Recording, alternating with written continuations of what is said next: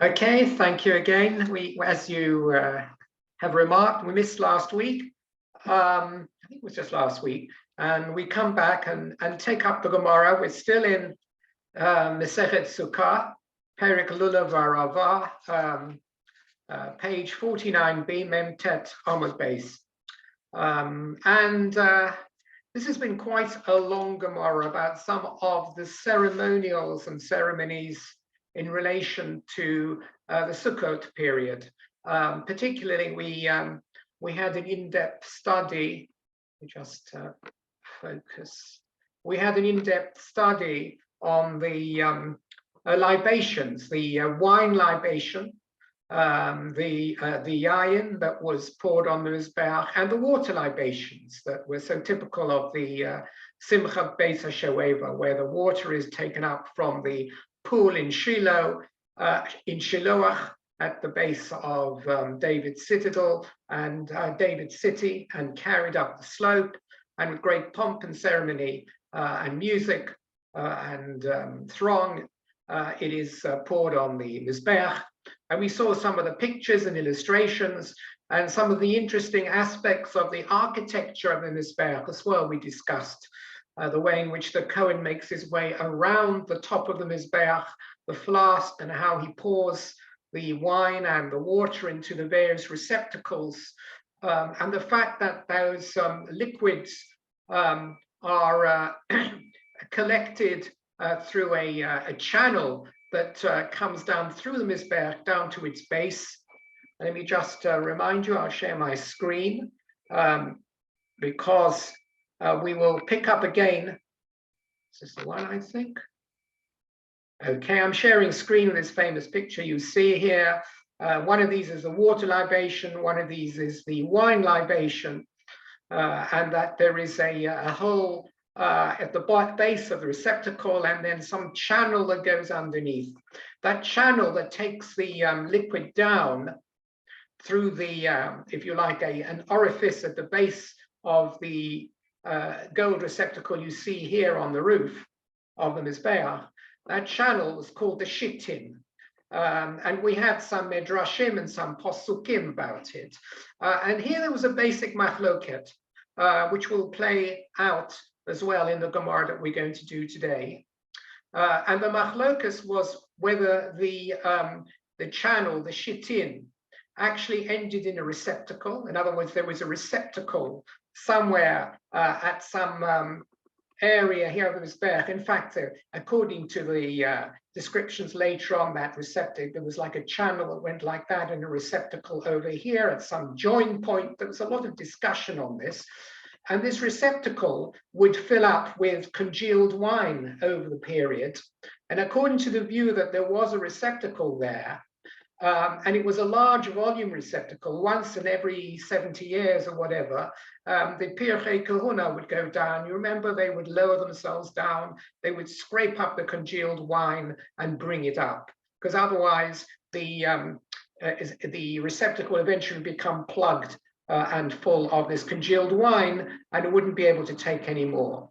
So that was the picture. If there was a receptacle, that receptacle needed cleaning out every now and again. There was another view. There's a machlokas here on this, on the reality on how this was constructed, that there was no receptacle, but essentially the shittin, the channel or the pipe down which the wine was poured, went down to the bowels of the earth, essentially, and came out the other end at Australia or whatever is at the other side of the globe. That was the other opinion, in which case, according to that opinion, you wouldn't need to clean out the shittin at all, because it was an endless pipe that never really filled up at all. So those were the two views. Was the shittin really part of a keli, a receptacle structure, which need cleaning out and which collected the congealed liquid, or was it really an endless pipe that went right down to the center of the earth and didn't collect the liquid at all? It just poured down it in an endless stream for thousands of miles beyond the surface. So midrashically, there are different ways in which the Pesukim, any related Pesukim could be read. And so given that there was clearly no psak din on this, any halachic outcome for us today either, we'll never be able to establish, unless we actually find the Mizbeach, whether it actually had some sort of line down to some bottomless pit in the ground underneath on the Temple Mount, or whether in fact there was really just a receptacle. I'm going to take us now very conveniently to the very, very top of the page, Mem Tet Omid Base. We're going to start right at the top, which is quite unusual. And the Gemara then, it quotes part of this Bryce that we saw earlier on. Kishem shenisucho bikdusha, kach srefoso bikdusha. Okay, what does that mean? Just like the libation of the wine and the water was in Kedusha, was in a state of sanctity, which means, quite naturally, that when you poured the water or the wine, as we see over here in the Mizbeach, on top of the roof of the altar, this is in sacred property. The Mizbeach is in the Azara of a Beis Hamikdash. So clearly, it is part of a sacred procedure on a sacred organism, which is the large Mizbeach. Just like that had to be done biktusha in its proper site, so the sreifos, its burning, needed also to be done in kedusha. What are we talking about over here? So what are we burning? So we're burning, actually, according to the view that we're collecting this wine. It's congealed as it goes down through the pipes and through the shittim. It gets collected in some sort of container. But when that container is emptied, then what we have there is the remains of maybe many years worth of libations, particularly congealed wine.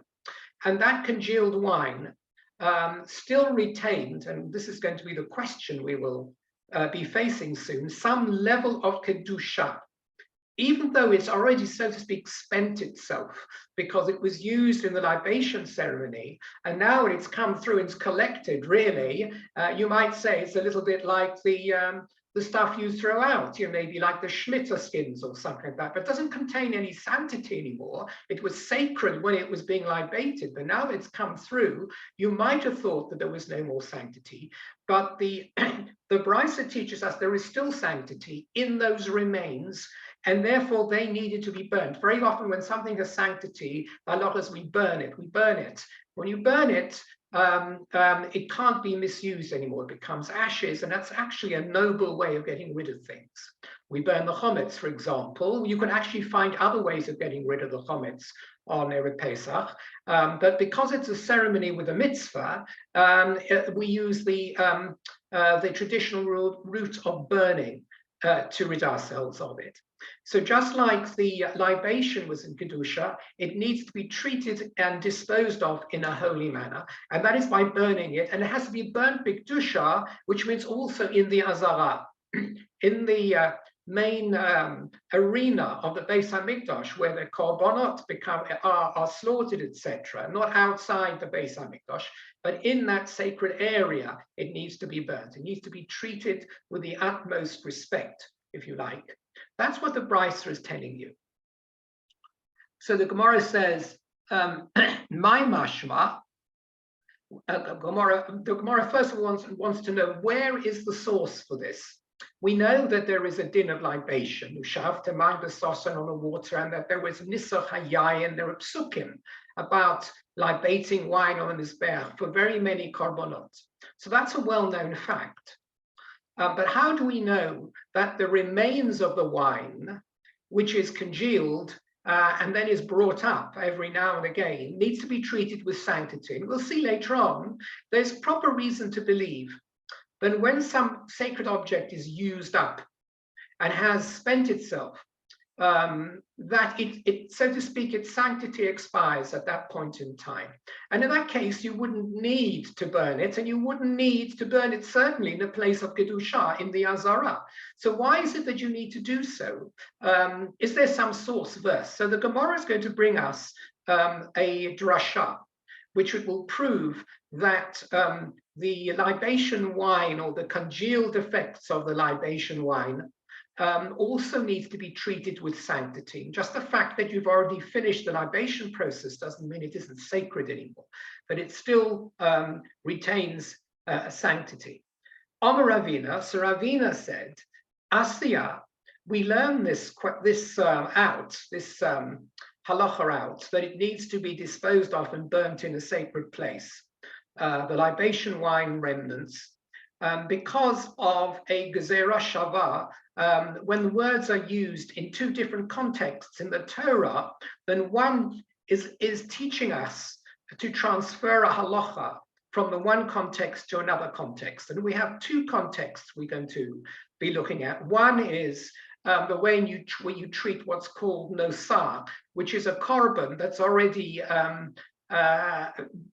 past the time at which you're allowed to eat it anymore.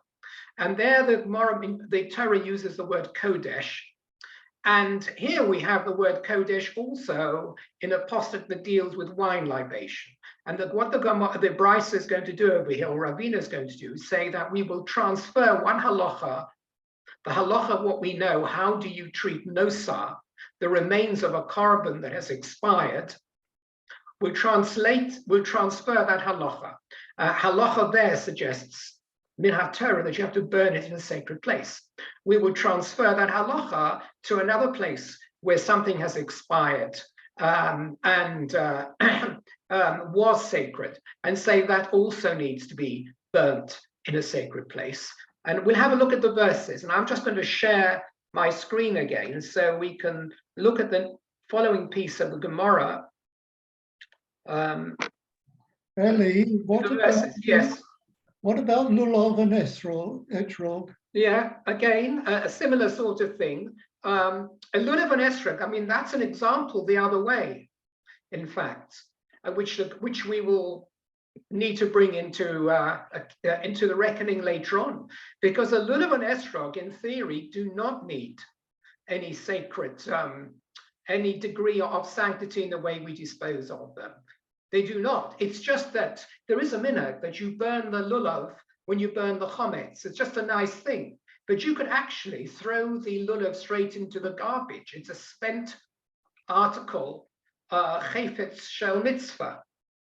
And it loses any sanctity after Sukkot. And the same is true of the etrog as well. So this is an example to the contrary. Another example is tzitzit. You know, when you have tzitzits and it's become, you don't want to use it anymore, it's knotted, or the fabric has begun to untie, the actual threads, I mean. You know, again, people tend to try and treat it well and put it into the Geniza slot, but you could put it into a bag and just throw it into the garbage. It's spent itself. Well, you know, it makes you feel, well, I really shouldn't do this, should I? Yeah. Now, this is not the same as tefillin, for example, because tefillin contains the Shem Hashem. It doesn't lose its kedusha. Just because you have a pair of tefillin you can't wear anymore, because maybe the black has gone, or because it's not square anymore and it would cost too much to repair. And we've all seen pairs of tefillin like that. They can be repaired at great cost. Sometimes it's not worthwhile. They're very small, and therefore the sofa doesn't want to write any more pashiot, but they need to be disposed of in Geniza because they have the Shem Hashem in the parchments. But if they didn't have the Shem Hashem in the parchments, let's say they were empty of the Shem Hashem parchments for a long time, in theory, I guess you could dispose of them. Now, we all would feel very disinclined to do this. Just because we have a instinctive disinclination doesn't mean that halachically there's a barrier to it. But over here, you see that certain things that are sacred retain a certain level of sanctity, can only be disposed of in a certain way. So let me take you to these psukim again. And there's one pasuk on the nisach of wine libation, which is this top set. I'm bringing here this pasuk over here. And then we're going to have, I'm sorry, it's the other way around. This one is the wine libation, which is the one that would be libated on the top of the Mizbeach, our topic here. And this is the one from Nosar, which is outside the other context, where there is leftover meat. And so let's start with the wine libation. It says, the Niska Revias Ahin, the general rule for wine libations is that it's pouring the libation wine of Revias Ahin, la Keves Echad, which is brought for each lamb. This is the way in which the wine libations were assigned to different korbanos all the way during the year as well. And it says, Bar Kodesh Hasech Nesach Seicha La Hashem. And it says Bar Kodesh, they brought Bar Kodesh, and I've emphasized that word, in sanctity. Hasach Nesach Seicha La Hashem, that means that they're poured out as a strong drink, if you like. La Hashem. What does it mean, La Hashem? It means on Mizbeach, Hashem doesn't drink. But this is the simile that the Torah uses for a libation that's offered to accompany a korban on the Mizbeach. And it says Bar Kodesh. So our wine libation, halacha, has attached to it Bar Kodesh. In the other halacha, which is nothing to do with the wine libations, but it's a general rule about what's called notar, something left over. Let's talk about a particular korban. We don't need to worry about which korban. If any of this meat is left over until the morning that wasn't eaten during the night, and the time limit specified for this korban was that it had to be eaten during the night, and by the morning it could not be eaten anymore. It was left over. If any was left over uneaten, the sarafta es hal no sabeish. You have to burn what's left over in the fire. Lo ye'ochel, it may not be eaten anymore. Ki kodesh hu, because it is sacred. It is kodesh. So we see here in this general rule of nosar that something which is left over, and in a sense is a little bit of a parallel with a congealed wine, because what can you do with it now? It did have kedusha, and if you'd eaten it during the night, that was fine, but it's seen its expiry date, right? It's like your credit card. It's gone past its expiry date, 03/25 or whatever, and you can't do anything more with it. Yet that nosar, that meat that's left, it says because it's kodesh, it has to be burnt. Now, in our case of libation, it doesn't say that you need to burn the congealed effects of libation, but because of this gezerah shava, we transfer through this drasha the halacha we find with losa to the case of a wine libation, and say the leftovers of the wine libation too, they also need to be burnt in sanctity, because it says by kodesh over here. It's a hint that the Torah says treat it the same way that I told you you should treat nosar meat, leftover meat. That's the context over here. So let me just do it inside again. Let me stop sharing. We go back to the text of the Gemara itself. Omer Ravina, Asya Kodesh Kodesh. We will learn it because of the two appearances of the word Kodesh. Ksiv Hacha, it says here in relation to our apostate relating to the wine libations, Bar Kodesh Hasech Nesech, that it's Bar Kodesh. He only quotes here a small part of the posuk I quoted. In sanctity, you should pour out the libations. And Ksiv Hasam, and it says there, and this is in relation to Nosa, that second posuk I brought you, to leftover meat that could not be eaten anymore. The sarafta is hanosar b'reish. You should burn that which is left over in fire. Lo ye'ochel ki kodesh hu. It may not be eaten because it is kodesh. So this is the source, the Gemara suggests, for the fact that even the congealed wine needs to be treated with sanctity and burnt. And in a sense, it differentiates it from the case that you were mentioning on the lulav and esrog, that there's nothing that says that you have to keep your lulav and esrog in some sort of state of preservation in formaldehyde from one year to the other because you've used it for a mitzvah. Otherwise, we would have thousands of our lulavim. And the fact that we throw them into the fire on on Sreifas Chometz. So that's a bit of a minute. You could do it, you could get rid of it at any time, really, in any way you wanted. But as I say, sometimes, you know, our heartstrings pull us to do something which seems to be more bechaved. And one can always go bechaved with a spent piece of mitzvah as well, even if it isn't required, lefi hadin. Okay. That's the Gemara's explanation of why it needs to be dealt with this way, this congealed wine. Now the Gemara is interested actually in ascertaining whether we can bring a proof one way or the other what this shittin was. Let's go on with the Gemara and we'll see what the aim of the next question is. The Gemara says, Kaman Azla ha detanan. According to which opinion does the following Mishnah hold? Now let's deal with the Mishnah quickly first, and then ask ourselves what opinion are we referring to, or which of the two opinions are we referring to? This Mishnah, one second. This Mishnah, in its Mishnayos Me'ilah. Me'ilah is a Masechta that deals with Kodshim. So we're into Kodshim inyanim over here. In other words, Korbanos and other forms of sacred items of the Beis Hamikdash.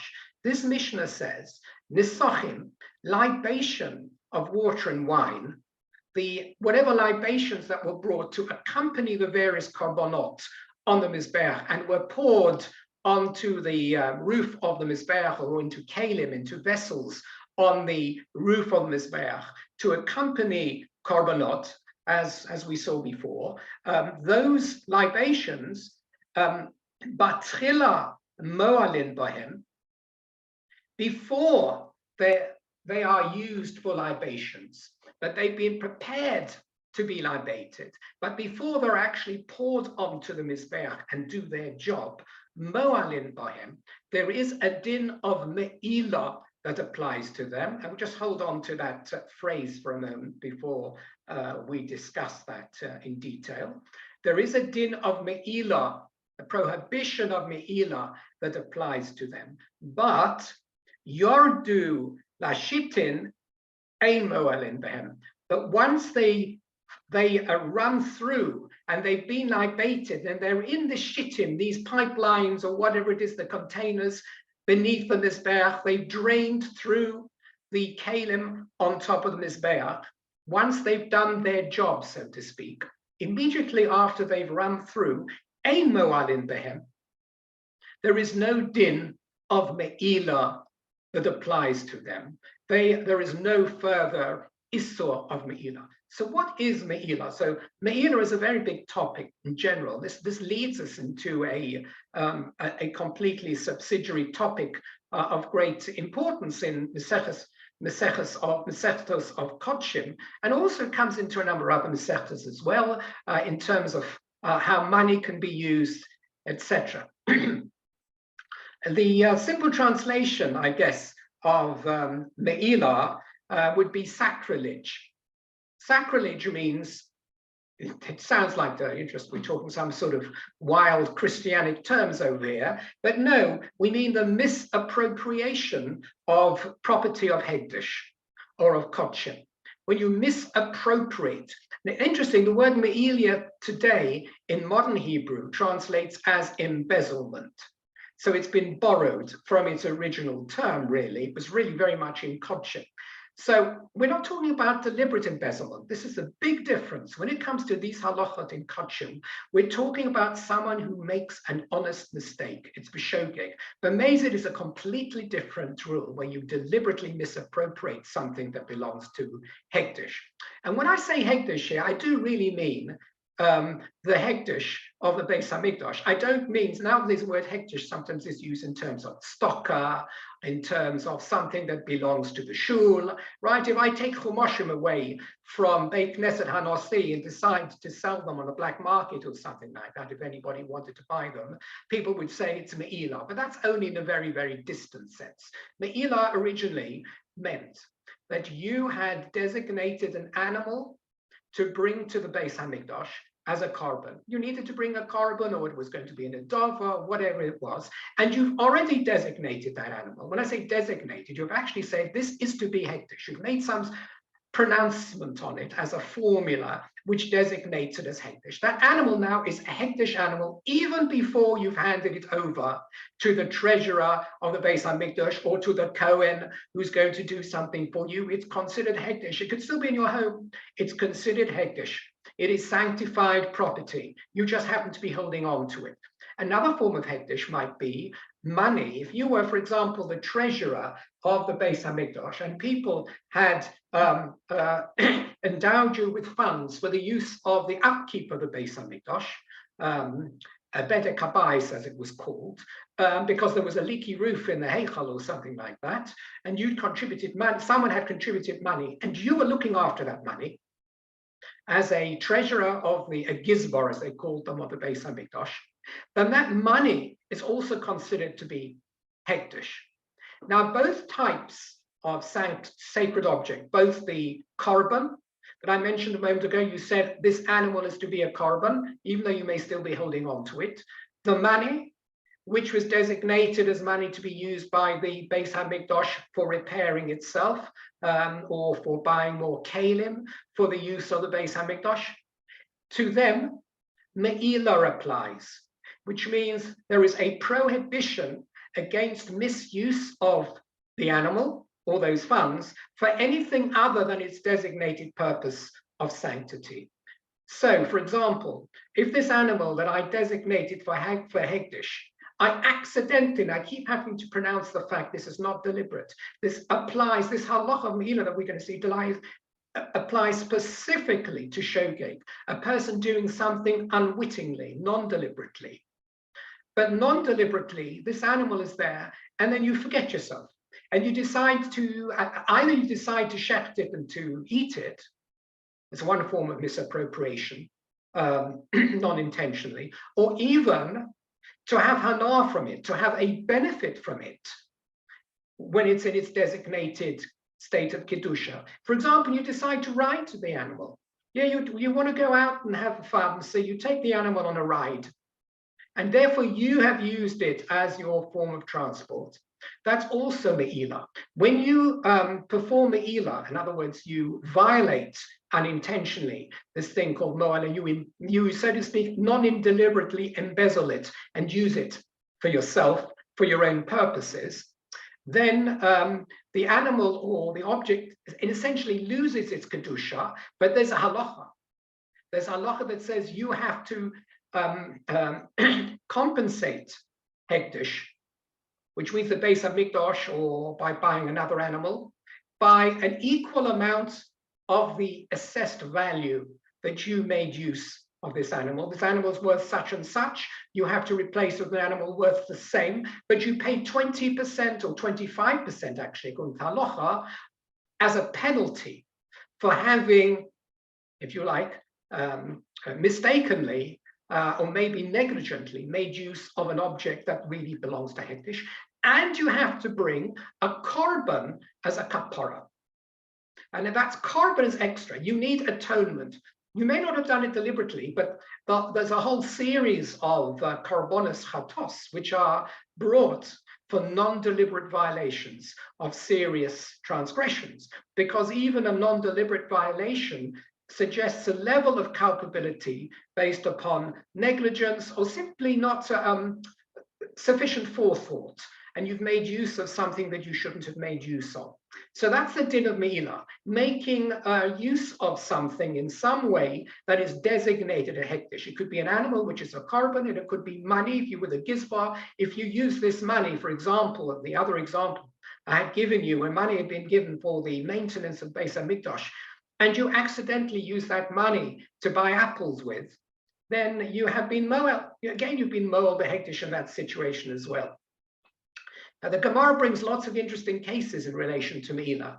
An interesting case is this: when it comes to money. Let's say that you had two piles of money on your windowsill. One of them was hektish money. Literally, that is the money that had been donated and you were some sort of trustee for Hektish, and it was to be used for Hektish, and the other pile of money on the window, or perhaps on the next window, was your own money, your own personal money, which you could do anything freely with.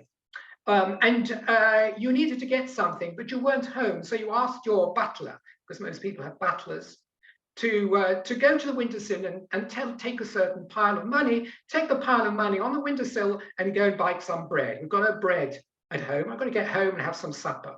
And you ask him to buy some bread. And he goes and he takes the wrong pile. He takes not the pile which is chulin, which was the non-designated money, but the designated money, which is hektish. So the question there is, who has violated? There has been a violation, there's no doubt. But which of the two individuals? Is it the owner of the, if you like, the instructor, the person who was the gizbar who instructed his servant, or is it the servant? The servant is the one who physically made the error. And here we have a question of whether shliach kamoso, whether ein shliach dvar avera, etc. So there's a whole long discussion as to who is culpable, because someone's going to have to bring a 20% penalty and the original value, plus bring a carbon. So who's the one who's culpable for this error? So that's one of the questions, if you like, in relation to Me'ila. But over here, well, let's go back to basics. That's given you sort of a general idea of Me'ila. Here, the Mishnah said something in relation to the libation wine. Now, the libation wine, let's say, before you use it, of course, it is Kedusha. It has Kedusha in the same way as a carbon. Here is wine, which is about to be poured onto the Mizbeach. And the Mishnah tells us something now very simple. That the nesachim, the libation wine, just like a carbon, batchila me'olin bahem, before they're used, before it's actually libated, the transgression of Me'ila applies to it, which means that if a person accidentally made use of this libation wine before it was used on the Mizbeach, thinking it was ordinary Kiddush wine, and he made that mistake, then he has violated the din of Me'ila. That he has to bring a carbon and he has to bring an equal value plus 25% on top, etc., etc. The transgression of Me'ila applies. It's sacred property, and he has inadvertently violated the din of Me'ila. Fine, that's what Merlin Bahem means. He is guilty of Me'ila. However, the Yardul Ashitin, the Mishnah said, once it's already done its job, and you've libated it into the jar, and it started to channel its way down through the pipe, if you like, in the Mizbeach, down to whatever happens to be the container, for example. At that point, ein mo'alin behem. There is no din of Me'ila anymore, which means the remnants of the wine that have entered into the channel after the libation are not considered to be sacred anymore. There's no din of Me'ila anymore, it seems, according to this. Or if there is Me'ila, if they are sacred and they need to be burnt in a certain way, ein Me'ila, it means there is no, if you do misuse them, the din of having to replace the value and give 25% on top and bring a carbon doesn't apply. Why? And again, this goes back to this question.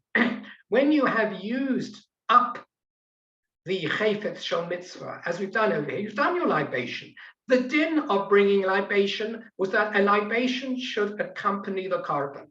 Did it happen? Yes, all well and done, tick the box. At the point now it goes down, it's already done its job, and therefore there's no din of Me'ila anymore. That's what this Mishnah is saying.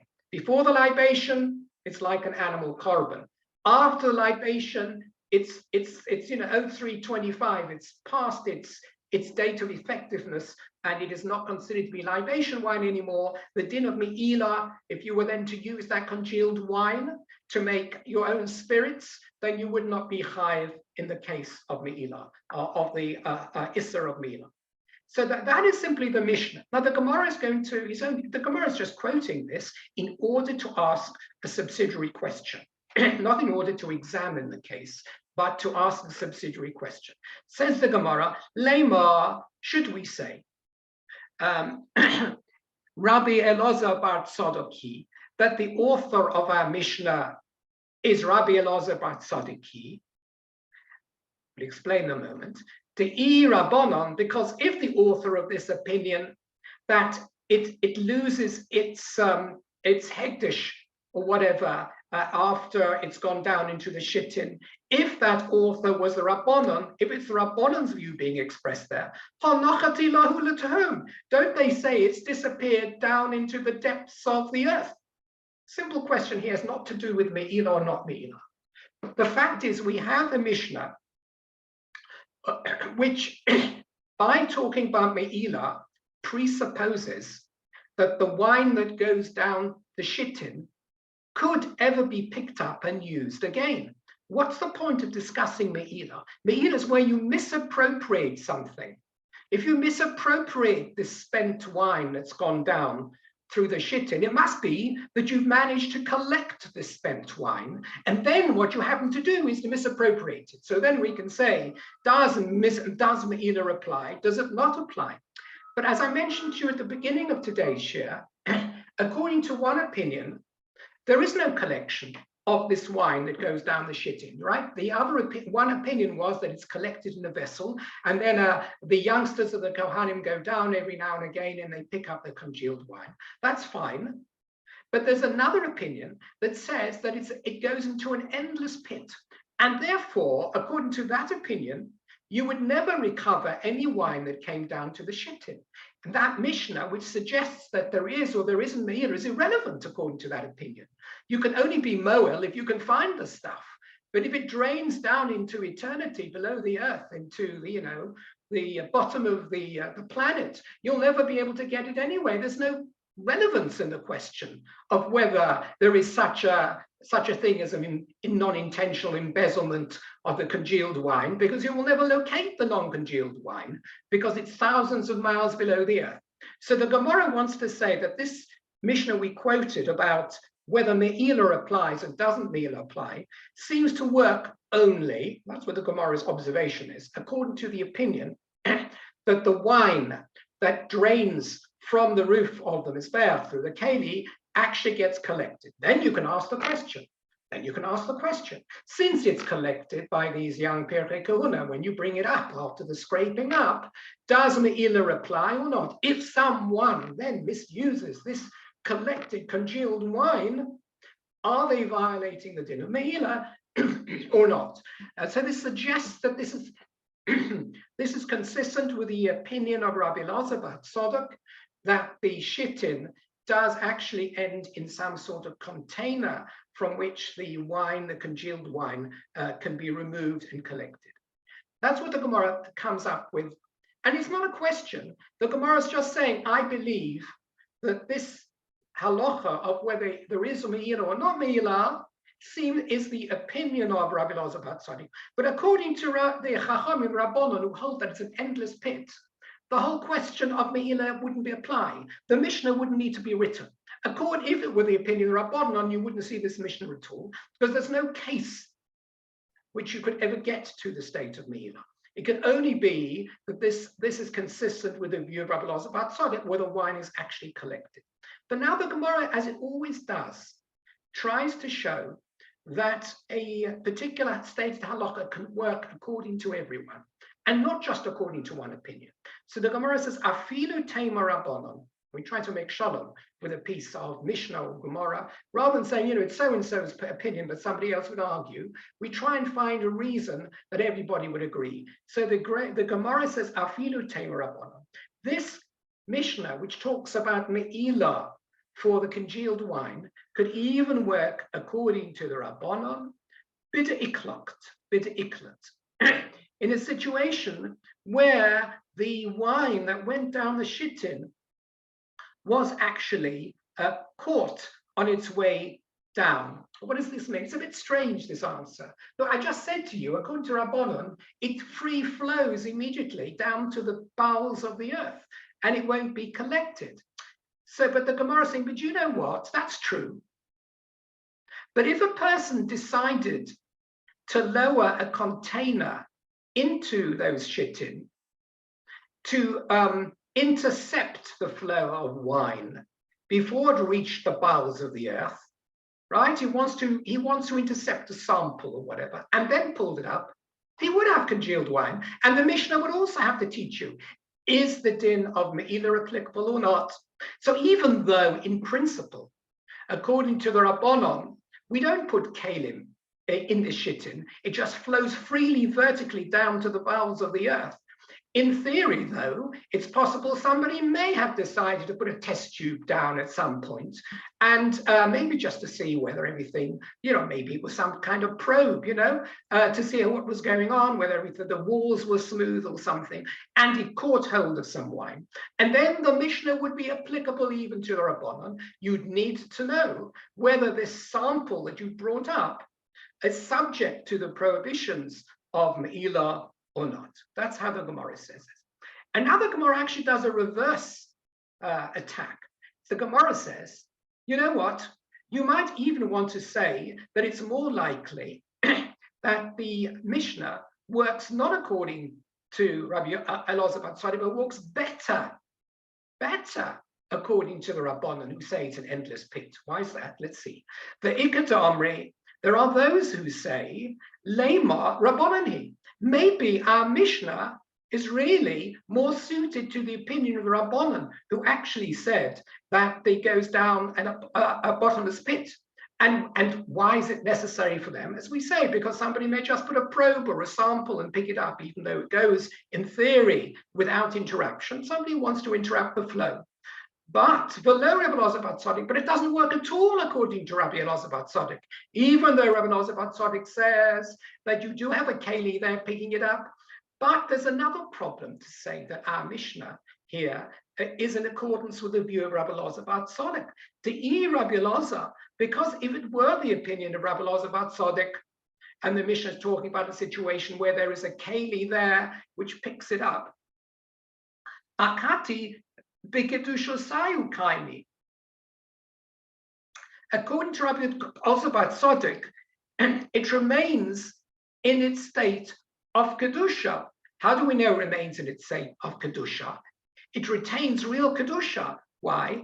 Because since you need to burn it in a holy place, if you need to burn it in a holy place, then it suggests that there's still some kedusha. We said that the leftovers of the wine you had from that gezerah shava required to be burnt in some holy place. That suggests that they have a level of kedusha. If that's the case, and they retain their kedusha, then how can it be that the Mishnah says that after they've been used and they've gone down the shittin, that there is no din of Me'ilah? Think about it, there's a contradiction over here. The Mishnah said before they use in the libation ceremony, there is a prohibition against misappropriation.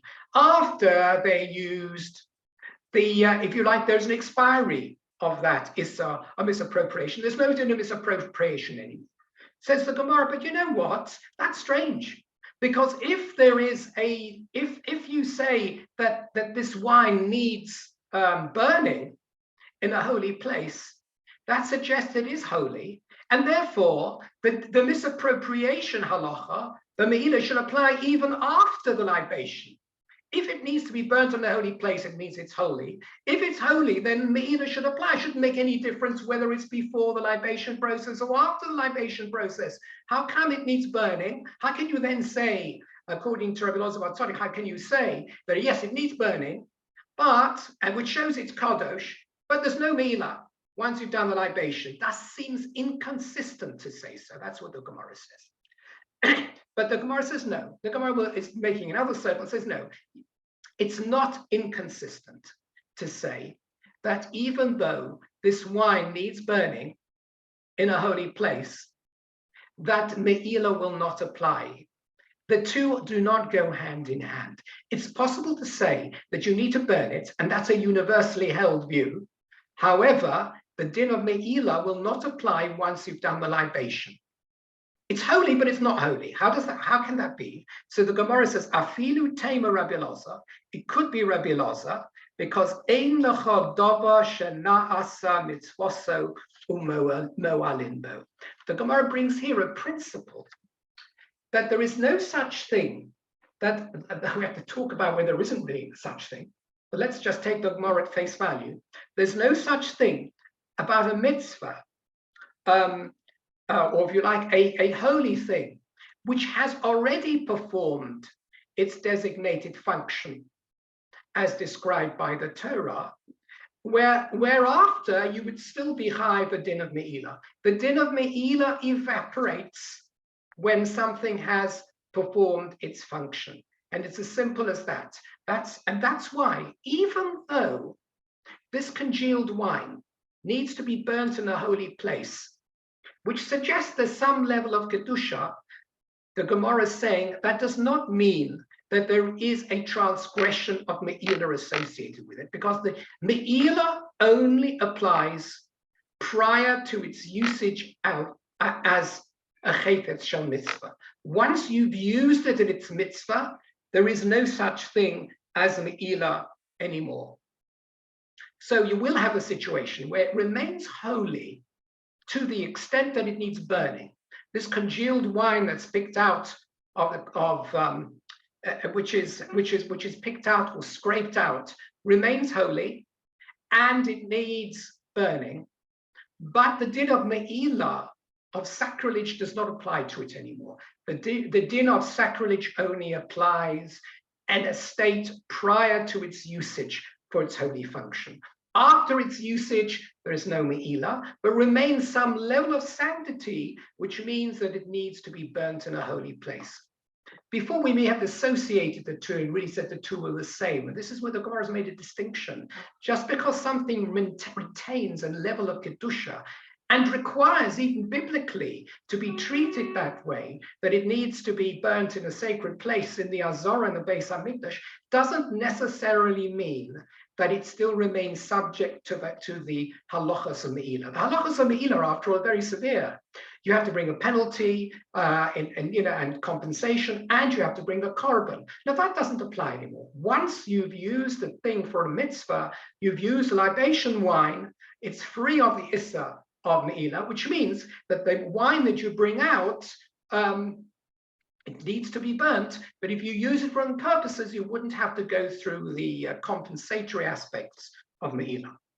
Okay, that's where the Gemara is. And we talked again, a bit like, this is again a bit like the tzitzis or the lulav and esrog. You've used your lulav and esrog for a mitzvah. At that point, it doesn't retain for us any kedusha at all. We don't have to burn it or anything like that, because you've used it. In the case of, we sing the libation wine, it's a little bit more complicated. You still have to burn it in a holy place, but there is no din of Me'ilah anymore. It doesn't have that level of sanctity, which means it is subject to the laws of sacrilege, where you have to bring a penalty and a korban in addition. Okay. Now the next piece of Gemara is quite amusing, I guess, in some ways. The Gemara is going to very much anthropomorphize the Mizbeach. The Mizbeach is an altar. It's made out of stone. It is not a human being. It doesn't swallow. It doesn't drink. It doesn't gulp. But now let's do the next Gemara, and we find that everything I've said to you is incorrect. Amar Reish Lakish. Reish Lakish said, Bizman shemenaschin yayin al gabei Mizbeach. At the time that the nisuch yayin, the pouring out of the libation wine, takes place on the Mizbeach to accompany korbanos or on Sukkos or whenever it is, I said it was part and parcel of many korbanos. They were accompanied with the bringing of wine. Pokakin es hashitin. They would stop up. They would plug pakak. Yeah, plug yish pakak. The taxi driver always says yish pakak, which means that there's a jam. A traffic jam. This is a jam on the pipe system, if you like. There's a blockage. You need to bring your plumber over.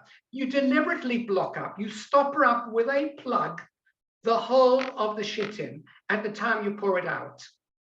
Lekayim mashenema bakodesh hasach nesach shecha laHashem. In order to fulfill the if you like, the drashic meaning of a posuk, which says, "Bakodesh, in holiness, hasach nesach shecha laHashem." And the idea over here is this pouring should be like a strong drink, so to speak, on the Mizbeach. What's this got to do with a strong drink? The Gemara will explain in a moment what the stoppering up has got to do with this posuk and a strong drink. But what do we mean by stoppering up? Over here, there's a machlokus. No one really knows what it means. What are you stoppering up exactly? Are you stopping up the little hole in the jar in which you poured your libation wine? Or are you the orifice at the bottom? Or are you actually stoppering up the surface of the Mizbeach? The idea over here is that when you're pouring out the libation, you should pour it into what will become or resemble a bit like a bath that's being filled. When you fill a bath, you put a plug in, otherwise you're not filling a bath, you're having a shower. So therefore you plug up the hole so that the water level can rise. So when they poured the libation on the Mizbeach, they plugged up the escape hole so that the, if you like, the wine would appear as a puddle on the Mizbeach, like a full mouth, if you like, as the Gemara is going to explain. After they've done the libation, they would almost immediately remove the plug and then would go gurgle, gurgle, gurgle down the plug hole, because they weren't going to keep the Mizbeach fluid level rising. It'd become a paddling pool, wouldn't it? So they only kept it in its stoppered state while the libation was being poured out. And the Gemara says, my mashma, where does this posuk of Bakodesh Hasach Nesach Sheichel Hashem suggest that you've got to stop up the Mizbeach? It just says you've got to pour out stuff over the Mizbeach, as so to speak, as a drink la Hashem, you know, in anthropomorphically, if you like, as a drink la Hashem. So Rav Papa says, Amar Rav Papa, Sheicha, the word Sheicha, the fact it says, it doesn't say just Hasach Seichel la Hashem, pour it up. Hasach nesach la Hashem, pour it out Hashem. It uses the word seicha, which means like whiskey or a strong drink or brandy or something like that. It's lashon shasiyah. It's a form of expression that relates to drinking. Loshon severe for loshon shichrus. Gets worse and worse. It's an expression of being satiated, an expression of being drunken, almost inebriated. When it says Sheichel Hashem, it says that you're delivering a strong drink on a Purim afternoon at a Purim Suda. And that's how it's being poured onto the Mizbeach. What does this suggest to us? It suggests that you should make the libation of the ceremony in some way resemble a person who's having a good drink of vodka. How do you drink your vodka? Maybe we should have a poll here to see how people here drink their vodka. I mean, I don't drink vodka at all, so I wouldn't know. I would take it in very small sips, but not the case, it says the Gemara over here. Because let's just go on with the next piece of Rav Papa, and we'll see what the Gemara is aiming at. Amar Rav Papa, Shema Mina, we see from here, Rav Papa is going to learn from the case of Mizbeach to the way in which you should drink your alcohol. So listen very carefully. The Mizbeach ceremony resembles the way a person should drink, or the way a person should drink should resemble the Mizbeach ceremony. I mean, maybe it's a catch-22, I'm not quite sure. Shema Mina, we learn from this description of the Mizbeach being stopped up so that a puddle should actually form of the wine, that ki sava inish chamra migrone sava. It's more of a biological fact, he's saying, and that's the way we will do it in order to fulfill this biological fact, that when a person wishes to be satiated by drinking strong drink, migrone sava, what satiates him is not the flow down his into his stomach, but rather the feeling of fullness of the whiskey in his mouth and in his throat. I don't understand this completely. So the way the Farshim explain it is that wine and strong drink is more satiating as alcohol if you take large gulps. If you just drink it through a straw or small sips at a time, you could drink your bottle and hardly know it's gone down. I'm just telling you what the Gemara is saying. I have not tried this in an open, if you like, demonstration or anything like that. If you want to, you can do a lab experiment. However, if you want the maximum enjoyment, you should take a big gulp in your mouth and do what I guess wine tasters do and sort of swig it around, right? You create a puddle of wine, if you like the Mizbeach, and then let it go down in one gulp. Take another puddle of wine in your mouth, lash it around in your throat somehow and gargle, and then let it go down. And when you've done that, you will be more satiate than you would if you had swallowed the same quantity in small sips. And the Gemara goes on to say, Amarava, Surba Merabonan, a Talmud Chacham, Delo Nefishe Le Chamra. Interesting. He's a poor man. He's in Kolel. He can't afford a lot of wine. So he's got some wine. What should he do? He has two choices. This is always a problem. Do you drink it in one gulp? Right, all you've got is half a cup of wine. I got two choices. Look, I could say I'm going to let it last all day. I'm going to take micro gulps of this over the next 6 hours. And therefore, I'll have a day's worth of wine in my half a cup. Alternatively, what's the point? I'm going to take 2 large gulps, swish them around and swallow them. Which of the two is preferable? Well, you don't expect it, but the Gemara here tells you which of these two is preferable. Ligama gemui, he should take 2 large gulps. Try it yourself and see whether it's a more satisfactory approach rather than little piecemeal gulps. And we see the Mizbeach is given the same sort of treatment. We are allowed to take big gulps. Rather than letting it flow down in an orderly fashion and drain, we puddle it on the top by stoppering up the exit hole. And then we let the plug out, and then it comes out in one huge gulp into, if you like, the innards of the Mizbeach. And that resembles the way we should drink. And the Gemara goes on to say, Rava akasa de birchosa agma gemui. I think you might be quite rude really doing this if you made Kiddush, but he's telling you this is the way you make Kiddush. He says, when Rava was making a bracha on a kosher bracha, kasa de birchosa, what he did it on agma gemui, again, great big gulps. Because this is the way you're supposed to enjoy the wine. This is a chidduv shel mitzvah. When you drink the wine, you're not supposed to drink it as if you were a member of the royal family. I mean, maybe not a very good example of this, with all the cultural patterns of good manners, etc. You're supposed to take the wine and say, this is a kosher mitzvah, and I'm going to give it the treatment of a kosher mitzvah. I'm going to drink it b'simcha. How can I do that? Not by taking very, very small little sips, but by taking huge gulps. So that's what you should do when you're making your own Kiddush, or even making Kiddush with someone else. And if anyone thinks you're being a bit rude and demonstrable, you quote over here, Daf 49b here in the Masechet Sukkah, Rava did it, and therefore it was all right for Rava to do, it's right for you to do.